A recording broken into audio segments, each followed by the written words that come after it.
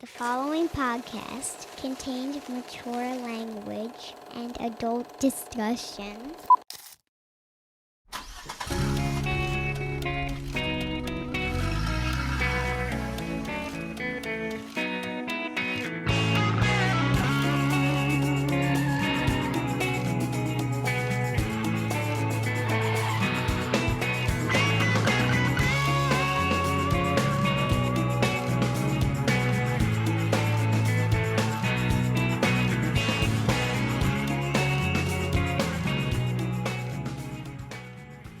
Welcome to Liverpool.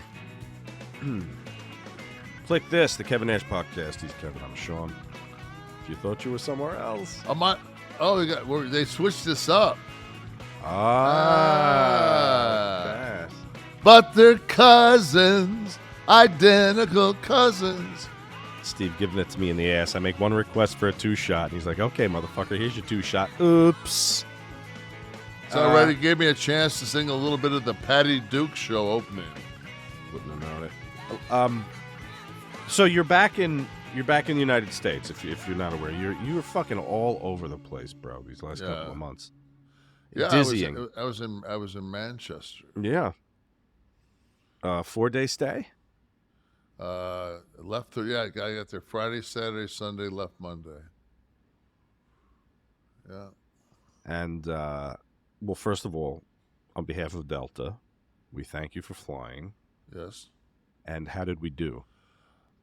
On the way out, fucking man, I looked at it, I said, man, the Delta books this, not me. So it was land Daytona Beach to Atlanta, 55 minutes, landing in Concourse B to catch my connection to Amsterdam.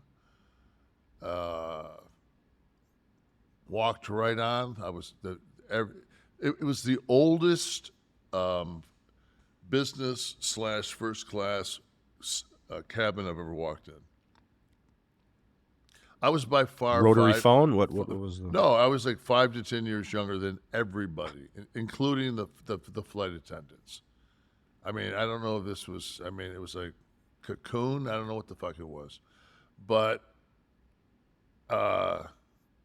yeah, I got on, and of course they did not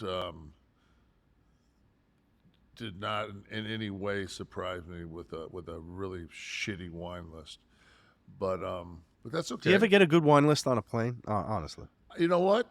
I flew back on KLM, and there was like a kind of a big jacked ass, probably 40-year-old, like, you know, Holland, Scandinavian flight attendant up front that looks like fucking, you could think like, hey man, I could get her in that middle bathroom and probably tag that. But when you find out, she fucking, when you go for it, she spins you around, she's got a straight razor to your neck. I saw that coming, Mr. Bond. Like that fucking, that kind of look. yeah. So then we land. Me and Ted DiBiase was on my flight back, but he was sitting like there was 5 rows in business, and then there was like a galley, and then it was just one more row in business. And then they had split it. So I was back in row 6. So of course I want to sit in the middles because I don't want the guy on the window so I just go ahead and I sit in the seat where opposite of where I'm supposed to sit. And this guy comes, he goes, I believe that's my seat that you're in. And I said, you know, the grand scheme of things, man, like, you know, fuck. Is it really, you know, like we both have aisles, you know.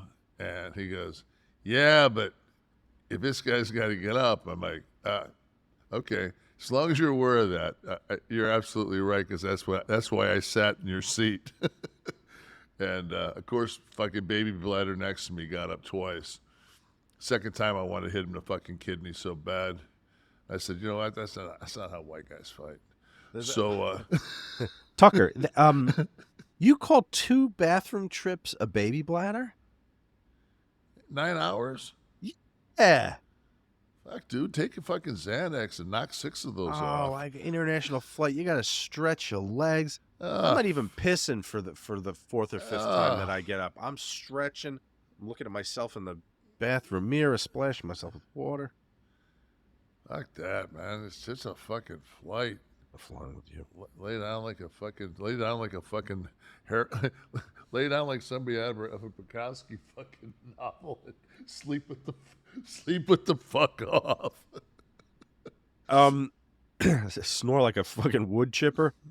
So the flight there is fine. One connection over to Manchester, you're good. Into Atlanta, I mean, all fucking. I gotta scoot this thing back here. And for anyone who's wondering, I'm asking Kevin in such detail about the flight because I read comments that say, "Oh, is he gonna talk about his bad flight again?"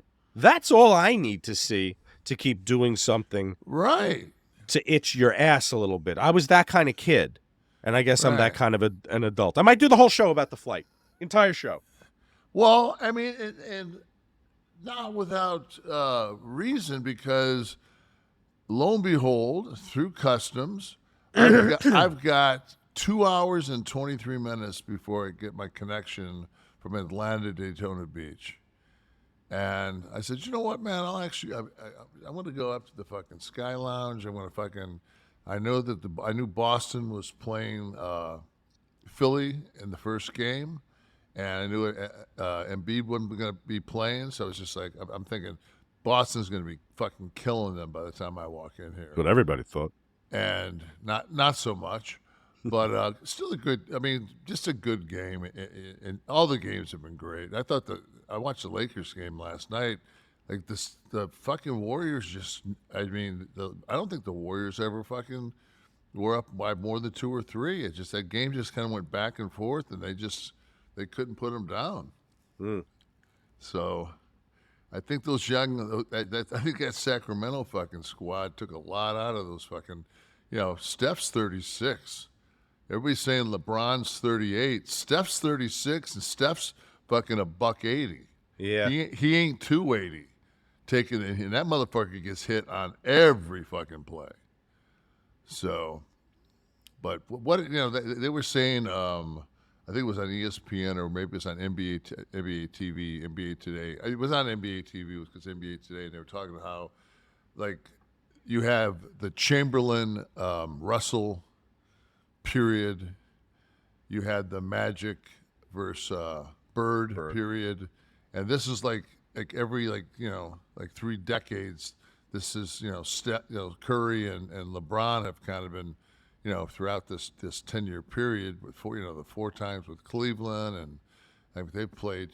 This is kind of like and it felt like that last night. Like the game before it, the fucking the Heat ended up losing in New York, but it's just like when the location changed to San Francisco, it was like the clarity of my TV changed, the lighting. It was like it felt like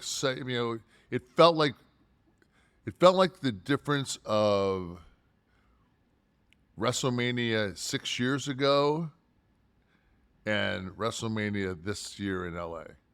Like seeing that optic of just like, whoa, fuck. Like they had that kind of and I guess the average ticket for that game was about $700. Yeah. And like I guess the Lakers opener will be around 8 or 9. So interesting. I was really hoping Davis would show up, and he did. So I'm a huge Laker fan, and I don't know how much of a Laker fan I am until they play the Warriors, who I really fucking love to watch. And I love Kerr. Right. And when it comes down to it, man, it's just like, sorry, Splash Bros, but you ain't got that fucking Los Angeles ain't on your shirt. You can't be it. Now, how about the flight back? How did Delta do? Oh, so then I go up to the board, and when you're in the crown room, I love when you walk up and you look at the board and they say, "You look, everything all right, Mr. Nash?" And you turn around like, oh, I'm just making sure. It's just, oh, we made an announcement. That's pushed back.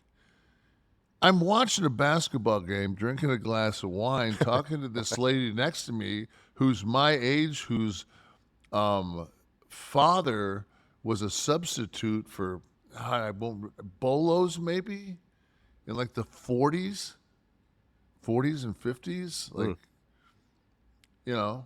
But I mean, she knew she could talk wrestling with me. She knew everybody. Right. You know, like she'd met Andre, she'd met Hogan. Like her dad was one of the boys. You know, he was also a pro football player, but he made like 20 grand wrestling and like 1,200 playing pro football. Right. You know, so. But yeah, interesting. So, long story short, I finally they shut the Crown Room down. I still call it Crown Room. It's called the Sky Lounge. They shut the fucking bar down. The bar, okay, yeah, basically the bar with couches and the TVs. bar, the bar with everything I was fucking doing that put a smile on my face was rudely interrupted as I was told to make my way to my gate, where I would fucking sit from 11:15 to 1:43 as we wait for a fucking captain to join us on Again? Yes. That happened once before to you. They flew in another pilot. So I walk up and I ask the fucking black gentleman behind the fucking front, I said, sir, I said, what's the fucking deal here? What's the holdup? He goes, I didn't know you spoke jive. yeah. Oh, man, that's. See, you know, I'm canceling you. You're just not woke enough. Just fight like a white guy, okay, please. And there was at least 3 of them. So, and for some reason, I wanted him to kill him. All right, Tucker, get back to the story. I'm a sociopath. So, I said to him, I said, yeah, we don't have a pilot. I said, well, that's setting us back to at this point it's 1:04. They have it's the time. I said that's setting us. He says, well, he is coming from L.A. and I do the Kevin Nash world famous. You couldn't get anybody from Hawaii. He goes, no, this guy's from L.A. Not realizing, you know, the joke, the sarcasm. Joke when people say, hey, well, can't you fly out of Orlando? And I'm like, no. I said, but did you check Tampa? And they'll be, why Tampa? I said, well, I don't live there either. Like, no, I don't want to fucking drive 90 miles south to fucking fly to Atlanta, you dumb fucks. Well, it costs another I don't give a, how about this? It costs how much? $114 extra dollars? Well, I just checked, and a fucking Suburban costs $270 one way. So either you can, because I'm not driving, so I had to get up this morning and be in Celebration, which is you know where Celebration is. It's out by it's Disney. It's the Disney manufactured city. Yes, that's the exit for the Magic Kingdom. So I had to be from the beach in an MRI tube by 8:30. And so I get my house and I put the gimmick on and it says 140. And I've got this bitch timed out perfect. I'm like, I mean, I could probably set my cruise on 72 and make this bitch. So lo and behold, I hit like Sanford on I-4. And can you pull up where's Sanford at? Right there by the lake. You can see it.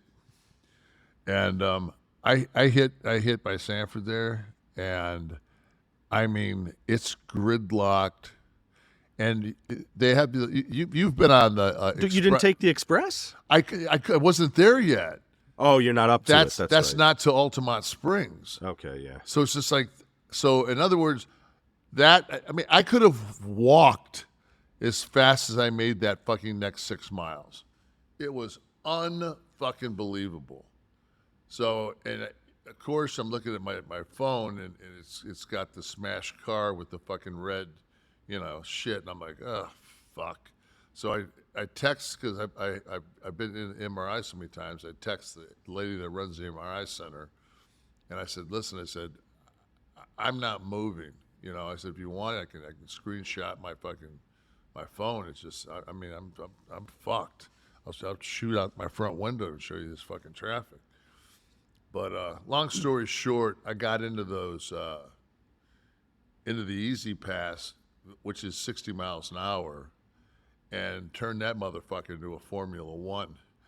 That Mustang was, when I was watching the Open, that red Mustang, that fucking, the Millennium Falcon fucking hit warp speed a couple of times today. That motherfucker, it's like, I know that son of a bitch so well, and a normal person would be like, there's no way this fucking guy is going to play. And I put my turn signal on too. I never will cut in front of you ever without putting my turn signal on. So the thing is, it's almost like this motherfucker isn't thinking he's going to fit in. There he is. And before they can even hit their fucking horn, I'm gone. You're in another lane. Yeah. Yeah, I'm Barry Sanders. I'm over, boom. You thought you got me, fucking, you hit your horn. Your horn went like this, right by me. I never even heard it. Like, fuck you. What time did you get in? Did you get to the I was supposed to get there at 8:30. I was supposed to be on the tube. And at 8:31, I was pulling up to valet. Oh, that's fine. So, well, while you were in Manchester, you got to hang with the boys. I guess it was a big convention. There was some UFC talent there. Huge. Some of the legends. Yeah, I had cocktails Sunday night with Chuck Liddell, the Iceman. I saw Matt Hughes. He's a party. Yeah, fuck yeah. I tell you what, man. And I'm not saying this to be a dick or anything else, but you know, they had deals for life. A couple, like him and Randy and a couple other guys, and you know, like people talk about like head trauma, and you know, CTE, and like, you know, being a punch drunk boxer. Because we don't have any real fucking case studies, because when it comes down to it, you know, UFC is so early in its existence. And before that, like those guys, you know, like the Abbotts and guys like that, you know, how they were making like a living, you know, doing fucking state toughman contests. Mm-hmm. So I'm just wondering, because in a boxing match, say you fucking take you take a fucking, you know, a right hook from somebody, and they might catch you with a left on the way down or something like that. But it's going to be like, boom, the one that knocks you out, and then there's another one, and it's collateral, and you go down. What you know, and these guys are getting CTE. What the fuck about? How about the guy that's unconscious and takes fucking 23 fucking hammer fists? Horrific. While he's unconscious. Yeah. You don't think that motherfucker 20 years from now is going to be fucking, you know, scrambled eggs? Fucking hell, man. And how's Chuck holding up? I mean, you could just tell that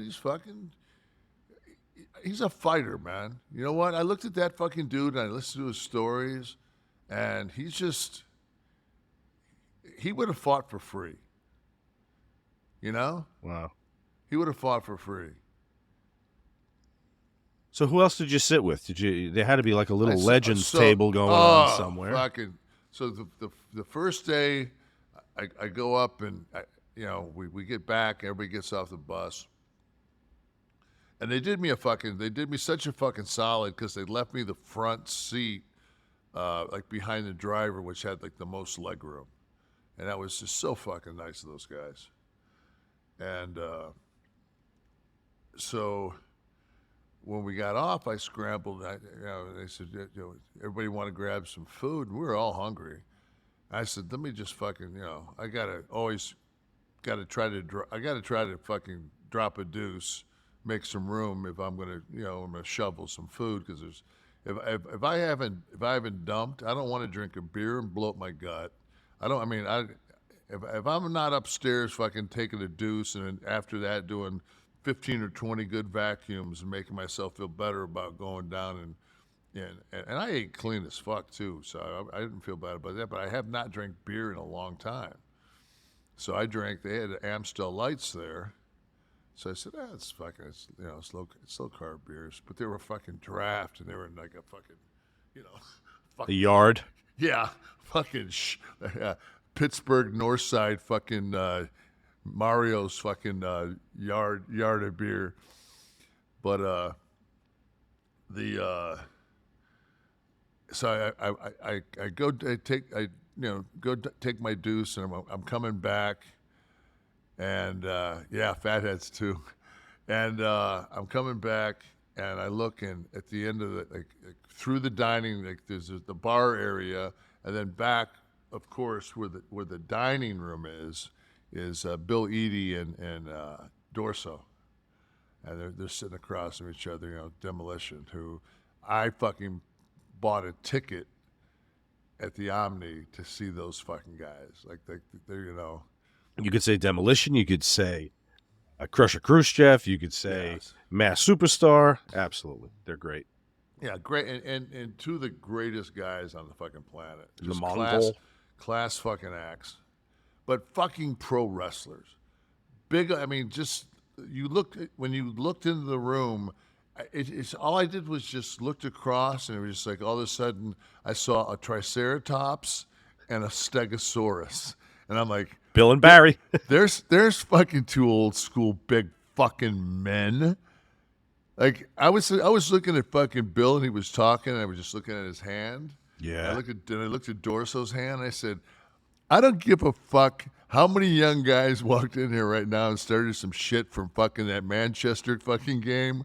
I'll take Warlord, Barb, Teddy DiBiase, myself, and Demolition against a fucking pack of 12 hooligans. Because whoever we're hitting, we're dropping. And then once we drop them, we're just going to keep on them. Because that's the way white guys fight. You might kill him, actually. You got to. I hope he kills him. I wanted to kill him. I don't know why, but I wanted to kill him. And guys like that, I mean, again, different time. They were everywhere. They worked everywhere in the country for every fucking promoter. Bill booked a bunch of places. I love Billy. I loved sitting and talking with Billy. He's such a regular guy, but so smart. When we released his guest booker, a lot of people raised their eyebrows about, well, I guess younger folk. Demolition acts? No, you don't understand. And you hear his booking history around the country, and he's smart as fuck too. The thing is about him is he's well read, and it's so funny when a bunch of guys get around and talk because, like Dorso came back and was like a golfer or something at WCW. Remember, he was like some. Oh God! Remember that? That was after he had to do Repo Man, and then so it was like, and that's when we were in a territory together. Like not until then. Like Repo Man was gone right before Diesel got in there. So but it was just like everybody talking about and saying, no, I think so and so was in that territory, blah, blah, blah. And you just listen to this conversation, man, and it's so. I mean, it's just. I was waiting for the fucking at some point for a mic to come down out of the roof that said Madison Square Garden on it, and the fucking guy grab it and start, ladies and gentlemen. But Eadie was telling a story, and Bill was. It was Blackjack Mulligan decided he was going to drink Andre underneath the table, and so. And he had tried, several times, and they would carry fucking, or maybe it was Murdoch. It was one of the two. Big difference, though. Blackjack's about better. I'm going to keep Blackjack. Blackjack's a better story because he's a big old motherfucker. But anyway, one of those two motherfuckers just decided in the process of trying to outdrink Andre, they would just fucking punch him in the head as hard as they could. And It was like Andre and Bill said Andre didn't even fucking register. Andre just fucking went, "Why you do that?" And then like hand shivered the cat. And I want to think they were in Virginia Beach or Richmond. They were in the 10th story of this fucking hotel suite. And it has like French doors, and like where Andre pushes them, he like loses his feet, like goes in the air and crashes in these doors. And before he tumbles over, fucking The railing? Yeah. Andre grabs him with witnesses, pulls him fucking back, fucking stood him in front of him and says, "Why you hit me, boss?" You didn't answer the question, dude. Wow. It's like, fuck, man. I'm thinking, man, like, I couldn't even, can you imagine, like, what caliber of guy you'd be going to the ring with every night when you're sitting there going, you're watching this fucking person who is at one point in his life sat and drank and counted by the Guinness World Book of Records of 133 cans of beer in one sitting, like 33 and a half liters, some fucking astronaut. And you're going to punch that fucking monster in the head. Clearly a death wish. Blackjack should have known better. He knows Andre. Should have known better, for God's sake. Or I don't give a fuck who it was. I don't give a fuck if it was, I mean, Superman shouldn't fucking do that. Summer's around the corner, and one thing is true for so many of us. We got to get in better shape. But you know, the reality is getting started and sticking to a program are two of the biggest obstacles to exercising. But now you can easily create a dynamic, personalized routine to your equipment and goals, all with the FITBOD app. With the FITBOD app, you can set goals and check your progress, but maybe most importantly, a FITBOD key. It keeps you motivated to keep working toward those goals. And of course, the app makes planning workouts easy. Now, FITBOD's algorithm will actually change and update your fitness plan as you go. So if you feel like you've plateaued or maybe you're not making enough progress, well, FITBOD's app will adjust all of that for you. How about that? You just add in your equipment, pick a fitness goal, and FITBOD will create a routine for you. Whether you've been missing gym time or maybe you've hit that plateau, while a fresh start has never been easier, and the app also switches up your exercises to avoid overtraining or burnout. By the way, a full year of FITBOD is less than the cost of a single session with a personal trainer. And of course, your program changes based on your personal progress. We want to maximize your results, and that's what FITBOD's all about. So join FITBOD today and build a routine that grows with you without slipping down your wallet. There's no better time to level up your fitness habit. Try FITBOD today. Get 25% off your subscription or try the app for free at fitbod.me/kliq. That's fitbod.me/KLIQ. Oh God, I am still sick. You can hear me. You got allergies, dude.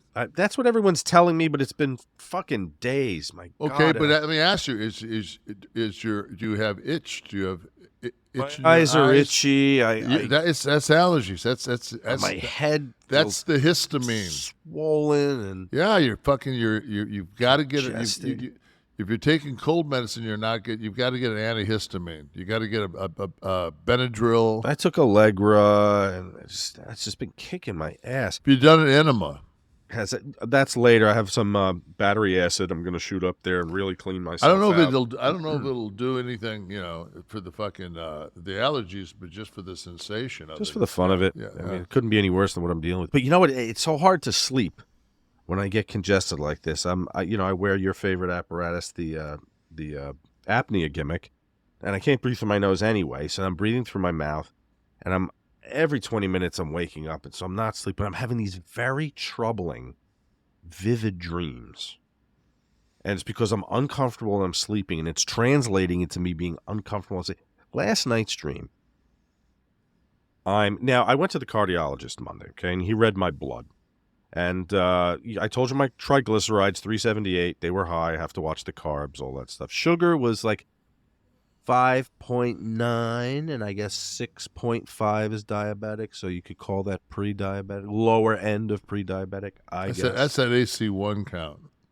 Now what the LDL is the good fat, LDL is the bad cholesterol. the bad cholesterol. So that was like 59. He's like, he's like, nothing you be concerned. He said, I have people in here that it's 200. But my good, which is the something DL, HDL, was 24. He said it's very low. He said very low. There's nothing you can do about it. He said it's bullshit. Just genetic. Bullshit. Okay. You can get a peptide. It's GW. That's not where they stick the tube up your ass, is it? GW50 1560. Okay, it's a peptide. You can order it. GW50 1560. It will raise you probably to, you put it underneath your tongue every night before you go to bed. Yeah. It will raise you to 30. All right, so you just text me that. I will definitely get that. So I'm here, and I have to lose like 35 pounds is what it comes down to. He said, take a year, get it down to 35, get down 35 pounds. Your everything will go down. My cholesterol is fine, like nothing really to worry about. But these numbers that I need to be concerned about. Now, I'm a food addict, clearly. So this is not translating well to me now. So this is getting incorporated into my dreams as well as the uncomfortableness of my illness. Last night in my fucking dream, I'm seated in a restaurant in the mall, go figure. But one of the ones that's like outside, you could see the mall, and I'm seated outside, and there's an old woman on and like I guess there's like a counter seating behind me, and she's leaning onto my head, and it made for a laugh at the table with me and my wife and our friends, and so then I put my face under her, and I'm like, oh, get the camera, get a shot of this. This will be funny. Now she's leaning on my face a little too long. So I say, Jesus Christ, what the fuck's with this woman? Is she dead? Someone pops up and goes, she is dead. She's dead. Everyone pops up and is saying she's dead. So I push her off me, and she slumps over the counter, the stool-seated counter. And I stand up, and I tell the two old people she's with, I said, someone call 911. And the old man, for some reason, says, I can't call 911. We can't call. And that's enough for me. I go, okay, so get her a chair. So we seat her in a chair, and I lean her forward. Her head lands on my crotch. I thought the dream was going into a better place than it was. And she unloads. She hurls. She vomits down my whole body. I remember I'm wearing a white linen shirt, linen pants, and my new Hey Dude boat shoes. And she vomits all over, and very vividly I see it. It's a tannish color. I'm seeing the tomatoes. It's clearly she had a Western omelet. There's tomatoes, there's onions, and I'm starving. So my brain is creating all the detail of the food throughout my dream. So she's fine. Now I'm just concerned about, I think I even turn and say, is there a Zara in here somewhere where I can get a new linen shirt? So now she's fine. I push her off, and now it's time to get the replacement clothing. So we begin to walk, and everyone's fine walking with me to get... Now, the vomit's warm at first, and it begins to cool off, and it's a very cold, sticky sensation on my body now. Okay, so my pants, my shirt are now sticking, very cold as I'm searching for Zara. So my daughter and her friend in my dream, they want to go to stores. I'm saying I'm covered with vomit. Can we just keep going? My wife and her friend begin to argue who was supposed to get the tickets to see Matilda, and I'm standing full of vomit food. I think at that point I wake up. At some point in the night, I also dreamt that I was with Artie Lang in college, and we were looking for a place on the Jersey Shore to do coke. We were walking on rocks that went out into the water looking for a secluded place, and such a pussy I am, I didn't want to seem uncool. I said, I have mitral valve prolapse. I can't do cocaine. I don't know why that was accessible to me in my dream. That was the excuse I went with, and I got out of having to do the blow with Artie and his friends. At some point, I woke up very confused this morning. I'm starving. I want carbs. I want nothing more than everything I've given up this past year. I sacrificed red meat. Now I always said, hang me the day they take pizza, pasta, and fucking bread away from me. And we're here. It's here. Well, you're getting older. You have to fucking, if you took your ass You're gonna go ahead. You gotta go to the gym. You gotta bring her just 30 minutes 3 times a week, and just fucking and don't do cardio. Don't do the treadmill? No, lift fucking weights. You need to put on. If you put on fucking 3 pounds of muscle and lost 4 pounds of fat, you would burn your metabolism would rev up to the point that it would burn more than a half hour of cardio as you slept during the day. Really? I mean, as you just function during the day. Yeah. The key to when you get older is to keeping fucking lean mass on. That is the key. Yeah, I mean, I have to. It's just time is such a problem, and yeah, but you know what? I'll get a set here. I'll get weights here. Then no, you won't, because the other term of that is you got 2 young girls. Yeah, they don't want their fucking dad having a heart attack and fucking leaving them like mine did. Yeah. Don't be selfish. You have 45 minutes 3 times a week. And I sure as fuck don't want to lose another fucking person on this fucking show. We're going to have 4T and Sean up here, and I'm going to fucking, what the fuck? Come on. Who would you put in this chair, for God's sakes? Tucker Carlson. There's no way that guy's getting a job anywhere. So, I mean, he's fucked. I thought it was going to be anti-Semitic. I didn't know it was going to be sociopathic, fucking. I mean, Jesus, racist, sociopathic, homicidal, suicidal. Yeah, what the fuck?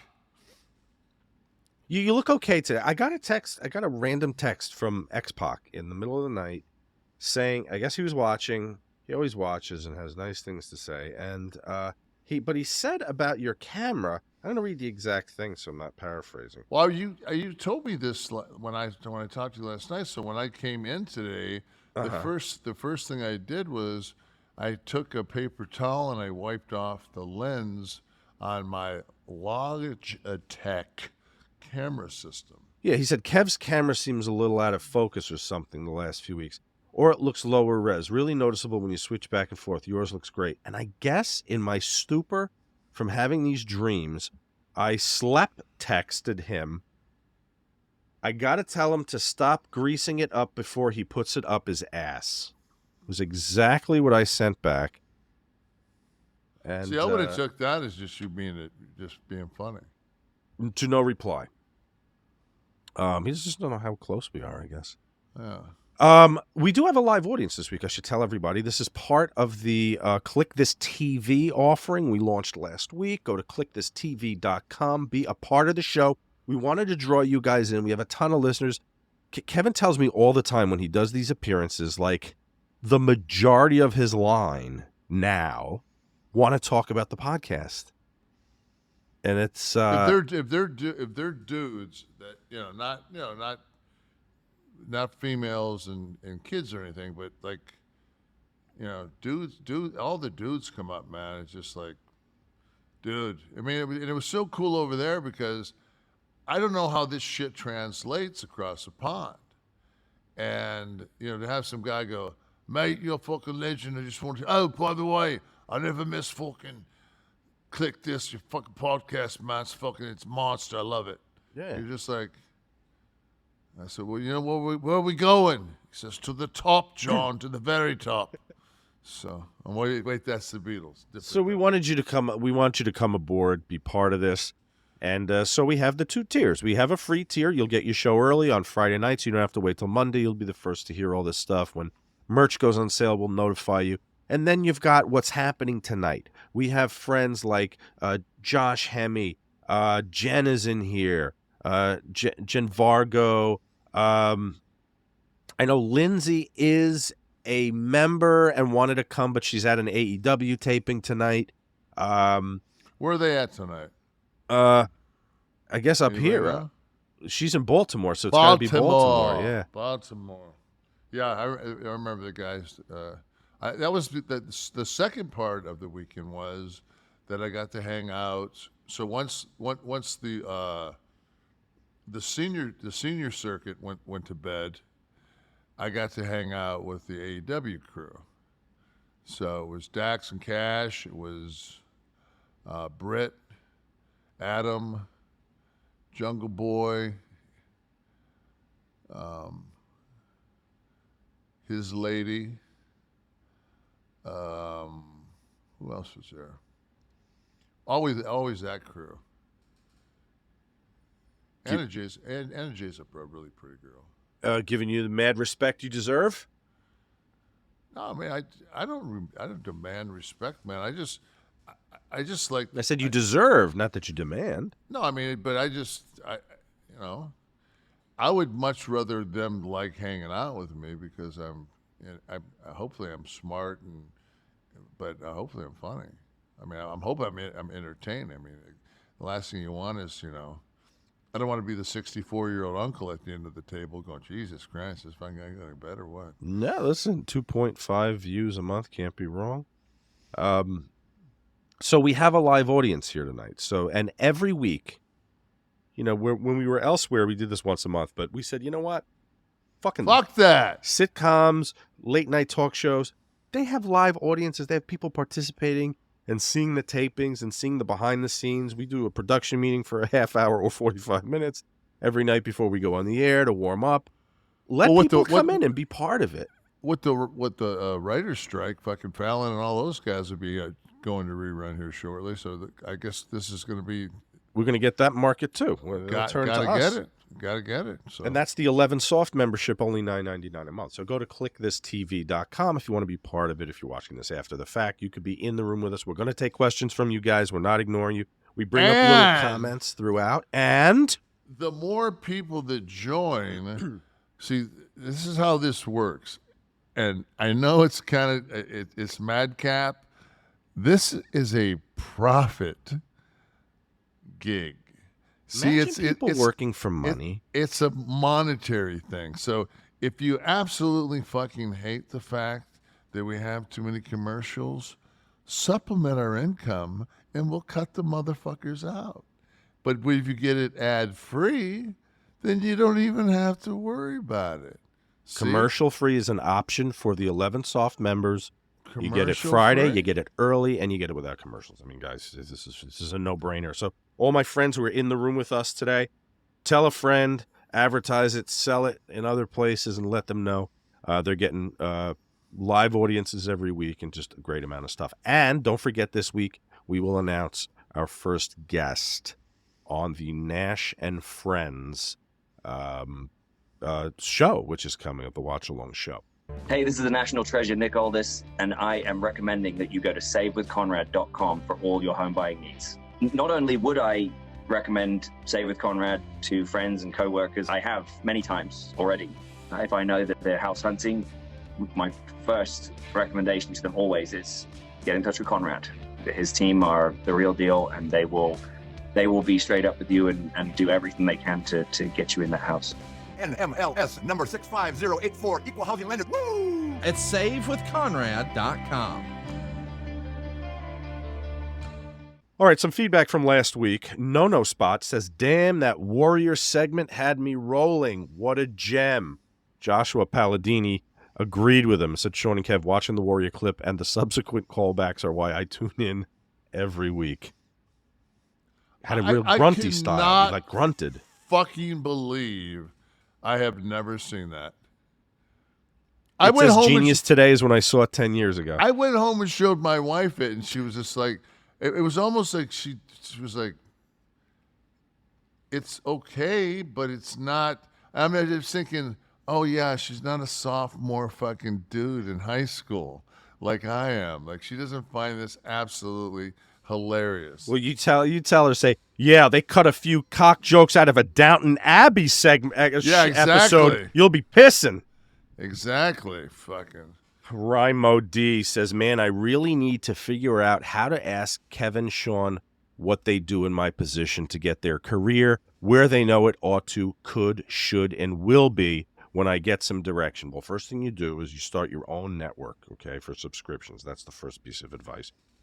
This Aspie going it literally all alone is having a hard time, man. The talent speaks for itself. The message and the purpose is the message, the most valuable thing in my entire life. Hence why I decided to share how, why, when, what to do to cultivate inner peace and help others help others. Okay, Rimo's having a career conflict. I'm unclear as to what the career is, but he's definitely at a crossroads. I don't know if he's a younger man or maybe restarting his career in life. And it just seems maybe he needs a little direction. Kev? We'd have to know the specifics. Right. You know, I mean, Well, Rimo, you took the time to write all that, so I will. No, it goes on. I'm sorry. There's 3 paragraphs. I stopped after the first paragraph. I'm at a standstill with no sphere of influence or supporters, close friends. They have literally all died, including my only sibling, right in front of me in my mom's arms. No joke. I want it. I've got the talent, passion, and heart, just lack the business acumen to make waves, and that is apparently all you need. The others are less important. Somehow I'm lost, seeking advice. Okay, didn't really clarify what he wants to do. Yeah, we still don't know. I mean, it seemed to me like he had like some, almost like he was a guru type cat. Like he was. He did say help others, which Right. is interesting. I thought maybe it was an inner peace thing or something like that. You know what, Ben? Like, tape yourself for a half hour. You know, just put together a message and organize it and watch it back and just kind of, because you're going to get one first impression, and put it out someplace, man. And just if you have the look and you have the fucking the ability to translate your message. I mean, because if you don't have the look and you don't have the ability to translate your message, then it's not going to happen, because you're doing this on your own. So He did mention the word talent in there, so I'm guessing it is a somewhat of a creative venture. And Rimo, there's no secret. It's the hardest business to succeed in. When you are the product, you're not going to an office and you're not churning through paperwork for somebody else. You are the product, and it's hard to cut through the noise. The only thing I would say in my years of owning companies and doing things in the entertainment sphere is just find something that you can authentically master. Don't try to take a jump shot if you can't cut it on the court. Just find what you authentically master and bring it to the people. If it's music, get it out there. If it's I don't know. I mean, there's so many things you could be talking about, but find what you can authentically master and do it, because it is the process that feeds your soul. You got to feed your bank account, of course, and there's a lot of ways you can do that while you're feeding your soul. But feed your soul with your art and do it authentically. my son was a talented musician, and he had a father that had that knew a lot of people. Unfortunately, in the music world, those inroads were all in country western or country music. Dixie. Dixie is a friend of mine, and Dixie had connects. Jeff Jarrett had connects. Like all the people that I knew that could, and the thing was, like, he didn't want to, because he wasn't going to compromise what he did. No, because he was like, I'm not going to go to Nashville and be a fucking, be a set recording guy and put my fucking dream on hold. He says, Dad, he says, like, unless you guys want me out of the house. And we were like, fuck no, man. You can stay. You got a crib as long as you want. Like, he had his own master suite. He had fucking a fridge in there. Like, we didn't want him going anywhere. And I think that was one of the beauties of this whole thing was, even though we only had him for 26 years, we had him for 26 years. Mm. A lot of people, like, their kids, like, I left when I was 17. If I'd have passed at 26, my mom wouldn't have saw me fucking, I would have had to, Tristan would have had to have been like 60 for me to have seen, for my mom to have seen what I saw of my son. because it was like we spent, and especially my wife spent every day with my son. To some, even if it was just like, if my wife was going to go up to, because I didn't realize she was European when I met her, but she is. She food shops every day. And because that's the greatest chances you have of an active shooter, of course, is in your neighborhood fucking supermarket. So please, sweetheart, can you go up there? And drag my son with you while I'm on the road so I can come back and identify both your bodies. Fuck's Jesus. Oh, fuck, we had an active shooter in Atlanta today. I know, there was Atlanta, and then there was one... You know what? It's getting to be like...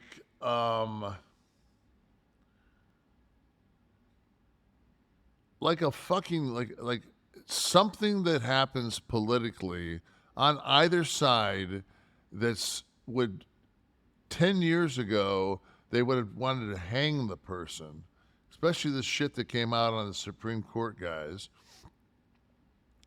And it's like every time something comes out, it's like this what the NRA has done is they fucking got us to the point now where a guy standing outside of his house with an AR-15 at fucking 11 o'clock at night, rattling off rounds, and the neighbor says, hey, buddy, could you maybe stop using your automatic weapon?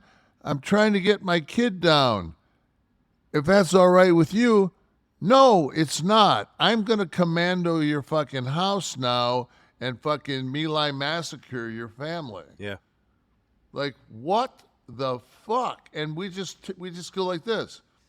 Hey, did you hear about? Hey, did you hear about?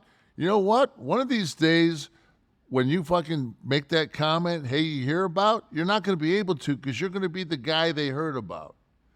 So go ahead and just let this shit just fucking just fall off your shoulder, as Atlanta has you can get a gun. There's not even a fucking red flag. There's no red flag law. So this guy walked in to a fucking mental health establishment with a backpack and a fucking handgun. Who knows what the fuck? Oh, by the way, we've decided we're going to put you in for observation for 12 days. Well, I thought that might be what you had to say, and I have this to say. Shh, shh. Pow, pow. What the fuck?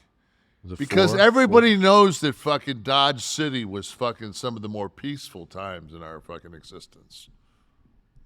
I hear you, man. David Martinez, it really is weird hearing Kevin talk about Little Caesars like it's God's gift to pizza. Not saying he's wrong. I've never had a slice in Detroit. Down here in Texas, Little Caesars is the cheap and quick option when you're on the go and craving a carb coma. It's like the McDouble of the pizza world. Well, see, now that's where he doesn't understand the whole thing. See, Little Caesars is the reason there's so much immigration in Texas. They can't keep the fucking Mexicans out of. They want Little Caesars pizza. That's the draw. if they brought the Detroit style, forget about it. Right. It was like Ellis Island when Yes. in the teens when people pulled in and saw the statue from the Texas border, they're looking at the Little Caesars, the Little Caesar fucking cartoon with the Caesar with the stick and the the fucking spear in the pie. Exactly. Sam Blake. Hey guys, I don't know if you'll read this. We are, Sam, but my name's Sam, and I met Kevin in Manchester. Nice. At the weekend, and I wanted to say it was a dream come true to finally meet, and he was so lovely. We spoke about basketball, the playoffs. Oh, I know exactly who this guy was. And I asked who his teams were. He told me he moved back to Detroit if they get Wemby in the draft. We spoke for 5 minutes or so. It made my day. Thanked me for talking hoops. Said, cool tea. And it was a tea of him. And Scott listens to the show every week. Keep up the great work, guys. Big love. You do remember Sam? Yes. Yeah, absolutely. Excellent. Yeah, I love fucking, I will fucking stop and talk hoops with anybody, and this is, you know, and we're going very hoop heavy in a really fucking fascinating hockey playoff. Absolutely true. Don't spoil it. I'm taping the game right now. I'm going to watch it when I get off. I'm not saying anything. All right. But I'm just saying we've got the Kraken moving forward. We've got the Florida Panthers down 3-1. Go ahead and beat the Bruins, who set an all-time fucking points record. Crushed the Red Wing and fucking Lightning 62 or 63. I think they won 65 games, maybe 66. Fuck. And once they beat Detroit, I could give two fucks. But I mean, your Devils fucking first quarter fucking little bit of fucking couldn't drive a roofing nail up your ass with a sledgehammer. By the time the game's over, fucking 4-zip. Like, yeah, 4-0. Like, I don't know. I don't know about you, man, because I guess I've been such a Lions fan my whole life, and we've just never got like even anywhere close. That when my team wins a game of importance, and I'm such a sports junkie, that's like. It's so I can't put a price on it. Like last night, knowing that I had to get up at fucking 6 o'clock to start my day, after getting home at 3 o'clock on Monday morning, you know, and went to the gym. I had like a ton of fucking things I had to do yesterday. Trained 2 body parts. Fucking, you know, got home, watched the Lakers game. And they pulled it off. It's just like walking up the stairs was just like, oh man, that's so fucking sweet. You can't help but not get invested. And I ask myself logically, why the fuck I'm not making $11 million a year on the field with these guys? Why am I fucking excited right now? Can't help it. It gets ingrained, man. Like, I mean, I've been to playoff games. I've been to Devils playoff games. They're the only local team I root for. I've not been to Dallas. Not that they do anything in playoff games necessarily in the last 20 years, but I've been to Devils playoff games, and it is an electric environment. You know, like if I wanted to go, Sunday will be the game after tonight, the game 2, which is of course definitely going to happen. I would go to Game Time to get my tickets, Kevin, and I just happen to have the arena up on my phone right now if I wanted to check out the game on Sunday. And let's see here. So I don't know if you could see, we have up top, we have some, if you don't mind sitting in the top, you can go, I think as low as, let me see, I'm seeing 157 center ice, top level. I've never sat that high for a hockey game. I love the corners. That's my favorite spot. In the corners, first 5 rows, where you can feel the fucking glass. So if I wanted to go there, I got a 4th row seat, corner against the glass. 1,600? $298 a ticket by the entrance. $298 is all? $298 in the corner by the entrance, and it's on the side that the Devils shoot twice. What's the highest price ticket they got out highest there? One right now, $12.64, which is, look at this deal, bro. Okay, I'm gonna point. $12.64 is here, opposite corner for where I'm talking about. It is first row, $12.64, but I could snatch that seat, 4th row, for $298. The other one must be the hard camera and the bench, and you get on TV a little bit, yeah, maybe. It's in the ticket price. Hey, man. You're promised fucking 13 seconds of airtime. I just want to be there. Game Time is the shizzle, guys. Buying tickets to these events has never been easier. Lose the stress, guys. Find the top events in your area. Just when you set up the app, you just put in where you live, and they're going to show you a host of things. Sort it by category. You want sports, you want concerts, you want theater, opera, anything you want. You put it in, it's going to show what is in your area and when. Click it. They can list the prices, or I love the map. You float around with your finger, find where you want to sit. There are flash deals, last-minute tickets. It is easy to find the seats that you want. You could even click the seat, and they give you an image of that perspective onto the court or the ice or the stage, whatever you're going to see. Game Time is the place for these last-minute ticket deals. Forget planning months in advance, guys. This game is in 2 days, and I could snag a corner seat near the glass for $2.98. It's unbelievable. So here's what I want you to do. Go to GameTime. Go to get the app. I have the app. That's the easiest way to do this. But if you want to go to the website, go to GameTime.co. GameTime.co. Or just drop that app on your phone. And guess what? If you use the code KLIQ, K-L-I-Q, you get $20 off your first purchase.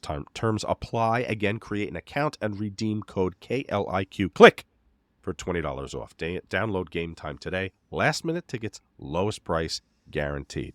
If you had any doubt to that, I showed you right now live. And guys, my live audience, you can go right on your phone right now and put in the Prudential Center in Newark, and you will get confirmation that I read you the actual shit right there. Don't you like when one of our sponsors is like somebody that we use? I love it. I mean, it's like that's like such a great that's such a great app to have. I've been fortunate that we really have that we've had some cool shit. Like you've talked about, like the Manscaped, the beard brushes that you use and stuff. We've been lucky to have that opportunity. The fucking our sleep system. Oh, I love the sleep system. I keep mine at 60? At 60, so that I could achieve when I'm laying on at 64 degrees. That's my shit right there. I put mine on 69. I don't know why. That's right. Do you wake up smelling like ass? Your face smell like ass a little bit in the morning? Crazy. Unbelievable. Yeah, Dominique said Rocket Money's good shit. That. Oh yeah, we're gonna talk about that later. I saved money on that fucker. It was such a great idea. I had 2 ESPNs, 2 Disney Pluses. I was like, for those nights where it gets a little too much of the THC. No, Tristan had a. Oh, he would order and you would order, and he had a photographic memory. So once he got the fucking AMX number, it was just like, and he's like, there's no way I see their AMX bill. There's no way fucking $54 is going to fucking even raise an eyebrow on these two spenders. He is smart. Because I put everything on my AMX. Because I need the miles, the points. Well, you get you get a lot of good points from American Express. I've got like 9 billion that we never use. Fingers MC said, became part of the Kliq Army before Sean even finished talking about it. I'm such a mark. LOL. You're not alone, Fingers. We have a lot of people who signed up, hundreds and hundreds already. And you guys can join too. Go to kliqthistv.com. You join the Kliq Army, where you get the free and early show. For free, you get the early show. Then the 11 soft, $9.99 only. You get to be in this audience every week and participate. You'll get it early, and you'll get yours commercial free. And the Nash and Friends show, which premieres May 16th.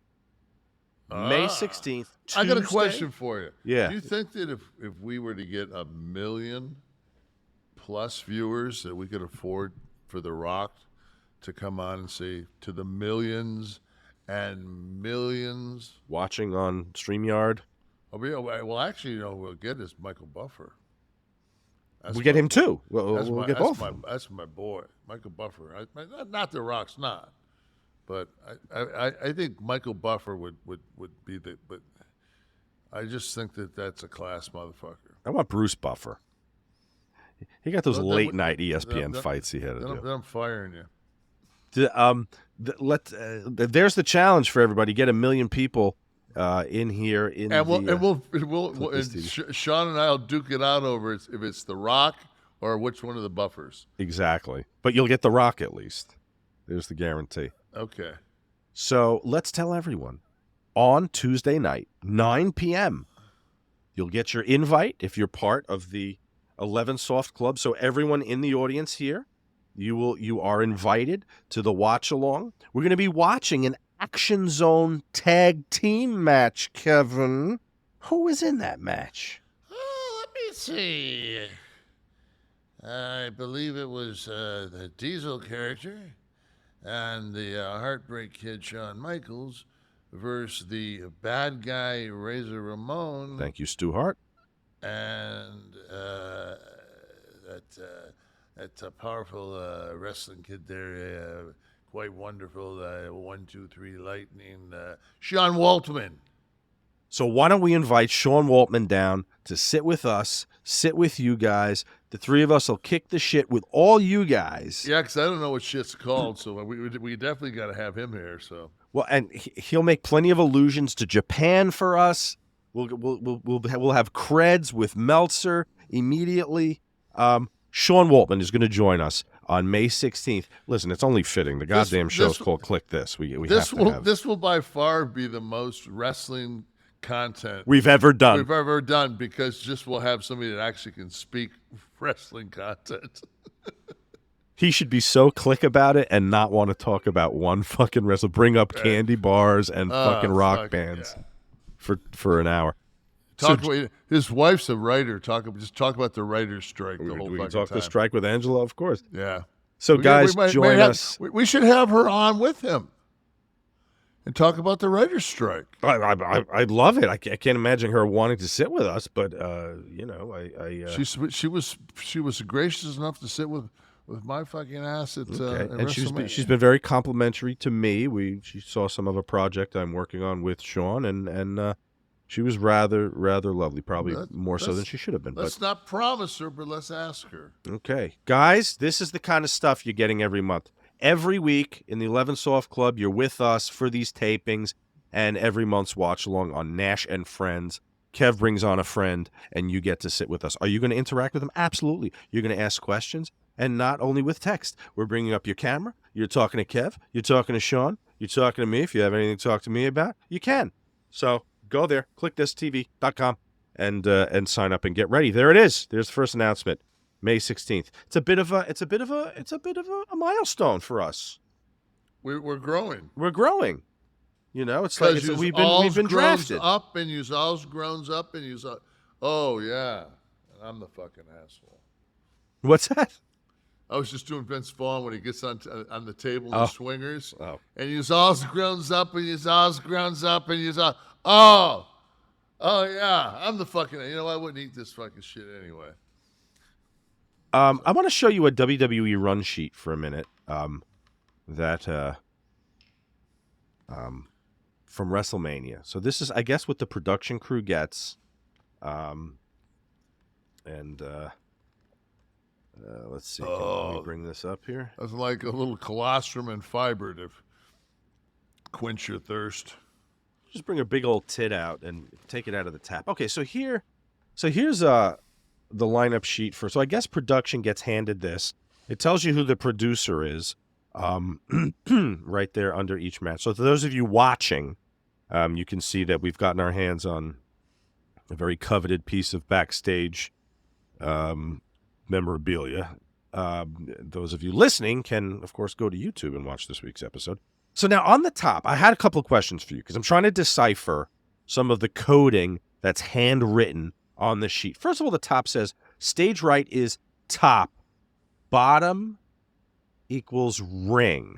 So I'm wondering, is this a cameraman who anytime, scroll to the other side of that sheet for me, anytime top is written, he's got to go to the top of the ramp, because if you go back to the left, it says that top means stage right.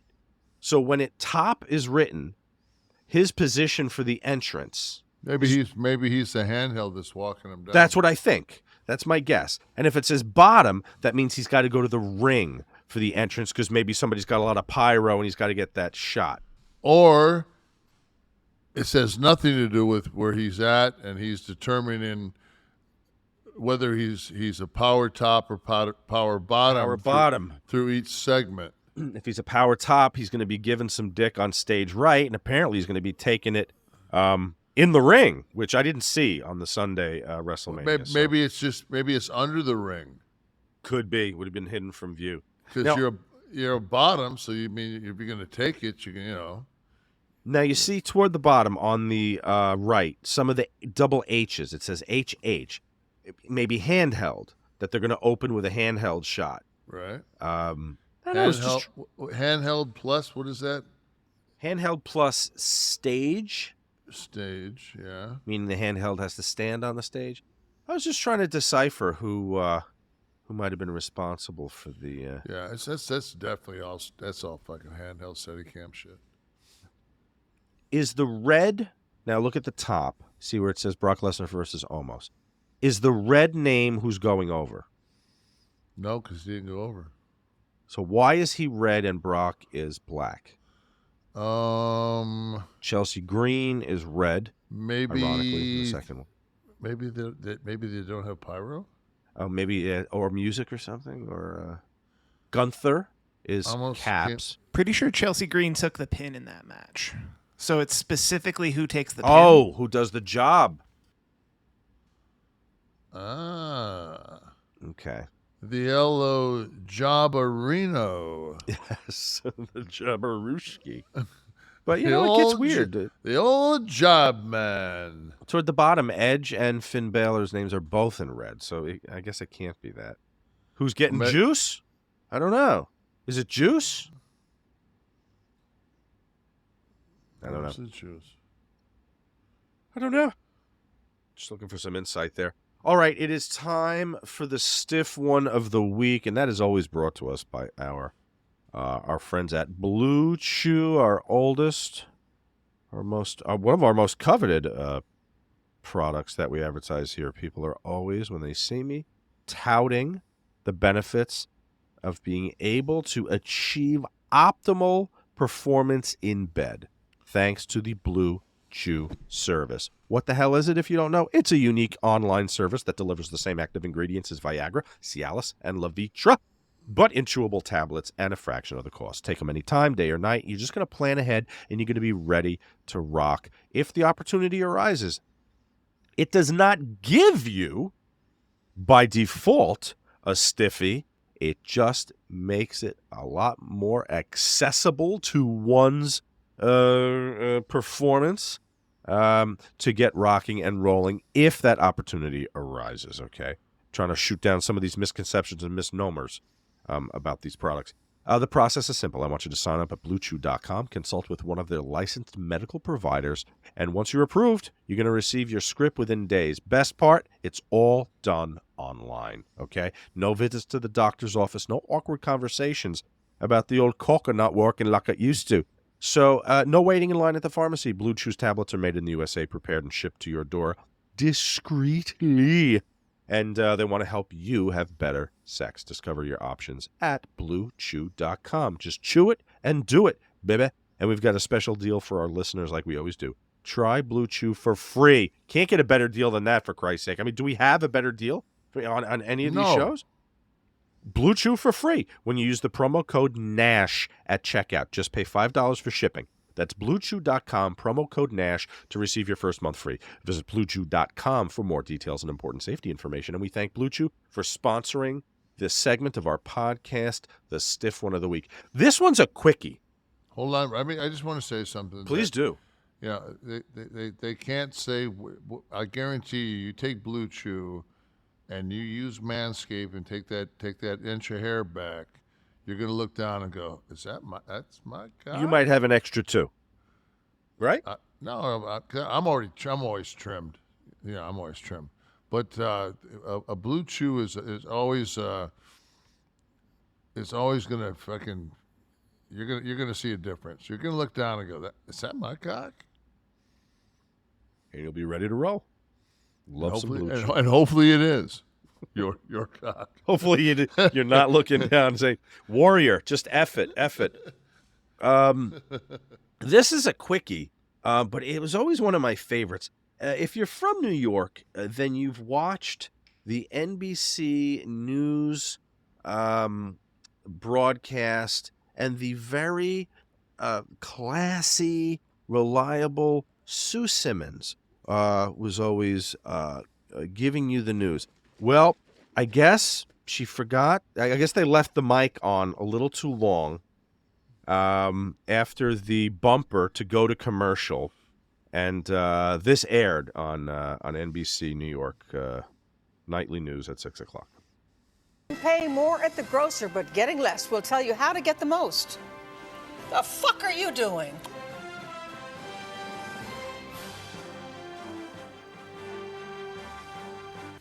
We need to acknowledge an unfortunate mistake that I made, and one of the teases we bring to you before this program. While we were live just after 10 o'clock, I said a word that many people find offensive. I'm truly sorry. It was a mistake on my part, and I sincerely apologize. And we'll be right back. I want to know what was going on. Get me from the top again. I'm just going to visualize, is the weatherman doing, is he pulling his cock out? Are they? Go ahead. Are they dropping At 11, paying more at the grocer, but getting less. We'll tell you how to get the most. The fuck are you doing? I think that they threw up that, and she didn't have copy. We need so she didn't have anything for the boat story? No, she didn't have any copy on the boat. That's what she's saying. It was when we come back, she's got copy for that. Then the motherfucker throws that up on her. She's like, what the fuck are you doing? I don't have copy air? on that. I assumed she thought that her mic was cut. Maybe that was it. Maybe they were supposed to cut her and have Chuck read. No. No. It's dead. It's supposed to go. That's supposed to be it and fucking. Get the most. The fuck are you doing? Because that, you know what I mean? She's thinking her out is the out. And then she's like, what the fuck are you doing? Right, because she didn't expect something else to come up, you're saying. And because the last thing she says, she's done. Right. Yeah, so I would have came back and fucking, I'd have spread a little bit of that fucking heat. I'm sorry, but we have a system here, and the last thing was supposed to be the Honey Nut Cheerios, not the fucking cruise ship doing a 180 out in the harbor. So I wanted to know why the fuck it was on my monitor. Yeah, she swallowed all the blame for that. I would have just called out whoever fucked up in the booth. Call him out. I love her more. All right, it's Dear Sexy. Okay, actual Dear Abby letters that she addressed and hopefully solved folks' problems. I think we should. Yeah, Wesley makes a good point. She said a word that some people find offensive. Not listeners to this show, so she's kind of right in that way. Actual Dear Abby letters, if Kevin were the one that the writers wanted him to address. So, the first one is Dear Sexy. My sister was married recently. At the reception, her new mother-in-law was seen by multiple guests, gesturing with her 2 middle fingers while the father of the bride was giving his toast. It was a very formal event, and it was shocking to see an adult act like this. Our family feels embarrassed and insulted because we hosted the wedding. But our biggest concern is how can the bride move forward? When the groom politely approached his mom about it a week after the wedding, she refused to acknowledge it, insisting it was an inside joke, and then gave him a long list of complaints about our family. I suppose they were justifications for her behavior. She refuses to apologize. I feel she should extend an olive branch and apologize to my sister, our parents, but at the very least, make amends with her new daughter-in-law. It upsets me that she doesn't care about building a good relationship with my sister. This is signed Sister of the Bride. How do you handle this? We calling the bitch out? You got to write that cunt out. Just cut her off, right? And the husband has to fucking, if the husband doesn't take the wife's spot.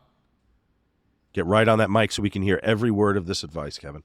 If the husband does not back his wife on this, they will end up divorced. I promise you that.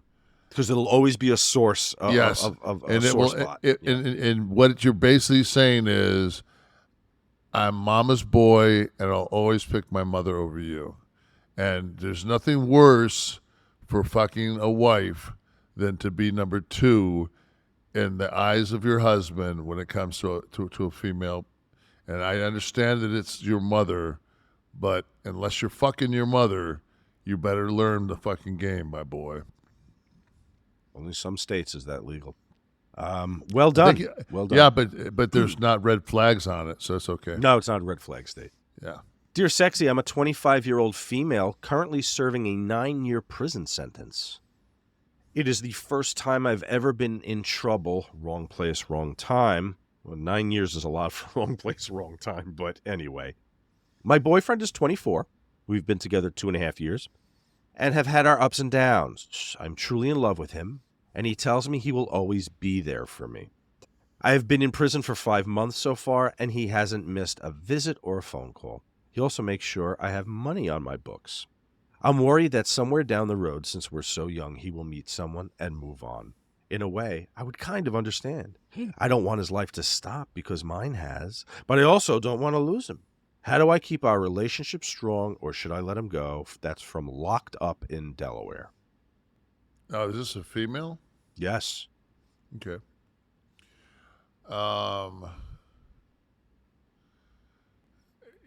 You guys, I mean, number one, like if he's showing up, if he's showing up, then it's.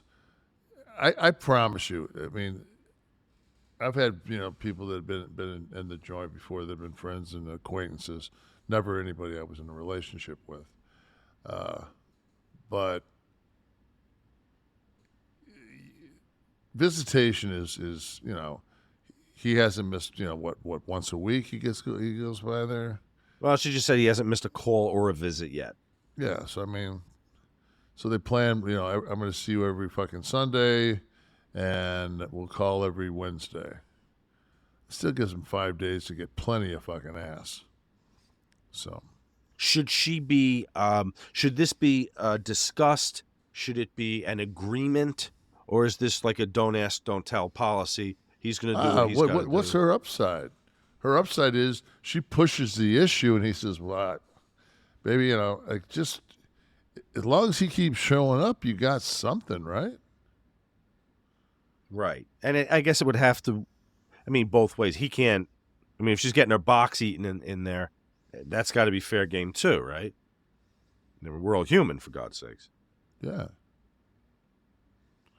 And then once she gets her box eaten in the fucking joint, she'll finally realize that fucking somebody knows where the clit actually is, and he's in danger. and that motherfucker be taken off the visitors list. I told you, it's the little man in the boat. There's a fucking flap of skin over it. I've got a hooded clit. You got to peel it back, fucking there, Junior. Well done. Well done. Couldn't have written it any better. And No. actually, you can't write it now because there's a fucking writer's strike, for God's sake. Oh, jeez. That's why we got to get to the bottom of this. The Writers Guild is on strike. Now, WWE writers are not, I would imagine, are non-union, right? I would be surprised if they're not indentured servants. But you know what? I mean, Freddie Prinze was there. He's obviously a SAG member. Yeah, but I don't think that. Like, one of the big things lately is a lot of people are doing, like, they're joining this other group, and it's like they're just saying fuck it to SAG, because the SAG has become such a shit fucking union. Well, when did we strike last? What year was the fucking SAG strike? I'll look this up here quick. But I remember that one of the core issues. I can't believe you don't know that offhand. You fucking. I know. You Okay, Hollywood. 2007. You Hollywood fucking Democrat motherfucker. All runs together after a while. Because when it comes down to it, all you and I want in life is to fucking be over with the fucking Democrats so we can get Hollywood jobs. Because I'm so pissed after my first 7 series got canceled. You fucking assholes. The strike was 2007, but before that, I remember every 3 years when the contract would come up, and particularly like in the early 2000s, I'd begin to get incensed because the one sticking point for us was cable. Now, I'm going to compare that to what's going on now with the writers for any of the lay people, but That's stream. They're getting hosed on that streaming. okay, so I'm going to draw a comparison between when cable came in and when they finally incorporated it into a SAG contract. It was a bit of an experimental outlet for content.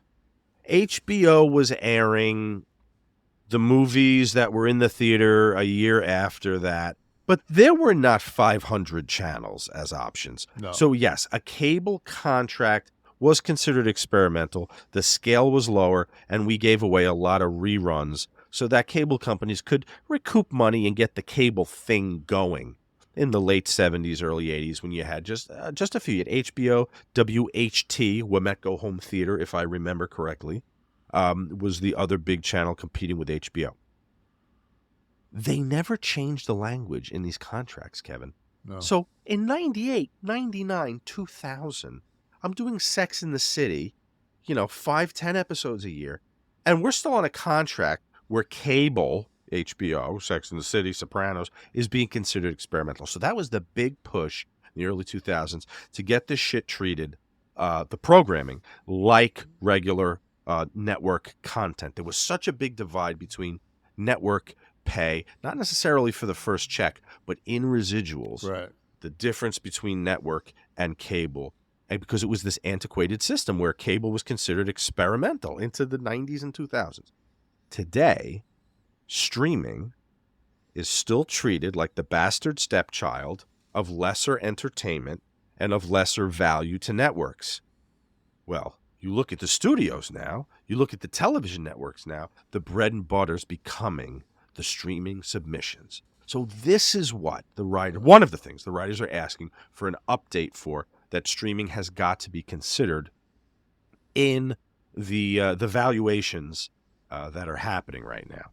So that's a nutshell explanation for anybody that may be. Well, that was when when things started to go into the streaming, and all of a sudden it was Hulu, and there was this and that. And it was just like, and you could see that the DVD sales were pretty much done. Oh, Then it became what was the term they used? electronic sell-through? Yeah.